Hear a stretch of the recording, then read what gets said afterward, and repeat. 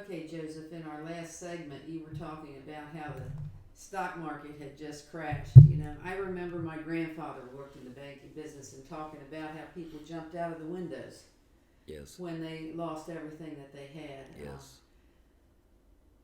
How did you feel? What happened to you? Well, I had no intention of jumping out of a window, I'm happy to say.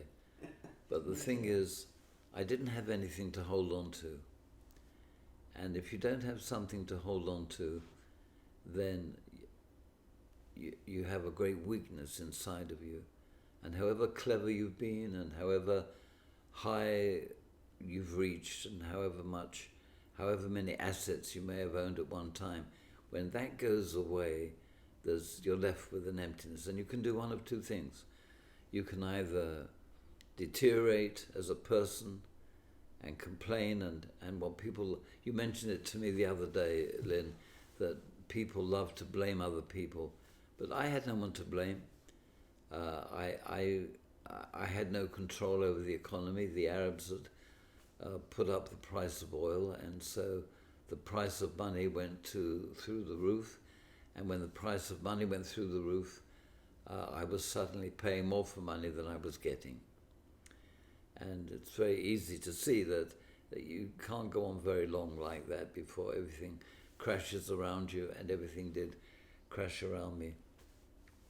And that was the time when, if you remember a few segments ago, my late wife Valerie and I went to a Bible study. We'd been met by some people in an office in London, and they'd persuaded us, Los Angeles, not London, and they'd persuaded us to go to a Bible study. And that was when Valerie and I, my late wife Valerie and I, that was when we found out that we both wanted to be involved with God, the Bible, and the Son of God, Jesus. And I told you that story, and there's a point about that story that you've reminded me about, is that we sat in separate rooms. And I think it's very important to mention this point. And I also said how rare it was for us to be separated. You know, we had the kind of marriage where we just were together. And but the fact is, we sat in, so I didn't know what Valerie was doing, and she didn't know what I was doing. And she received Jesus into her heart without telling me. And I did the same without telling her. And I think if it had been different, as time went by, she might have thought, or I might have thought, that the other person had influenced us, or her or me, in some way or another. So we both knew that we made that incredible, life-changing decision without in any way being influenced by the other person. And I remember telling you how a lady by the name of Miriam came and put her hand on my shoulder and asked me if I was ready to receive Jesus.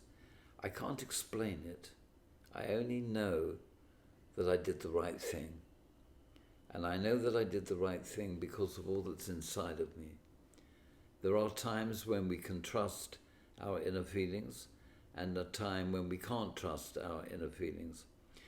Anyway, life went on from there, and we began to learn. I began to read the Bible. I began to study the Bible. I began to want to even teach the Bible, which I did years later.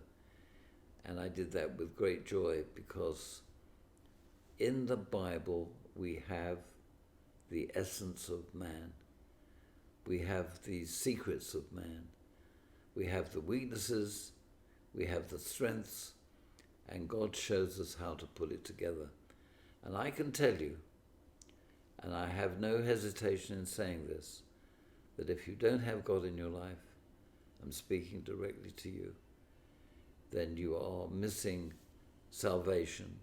You're missing the opportunity of making yourself a much better person. Because the secret to knowing God is to know something that is priceless, that will be with you in times of trouble, that will guide you and help you and lead you by the Holy Spirit of God to do the right thing, with everybody you meet.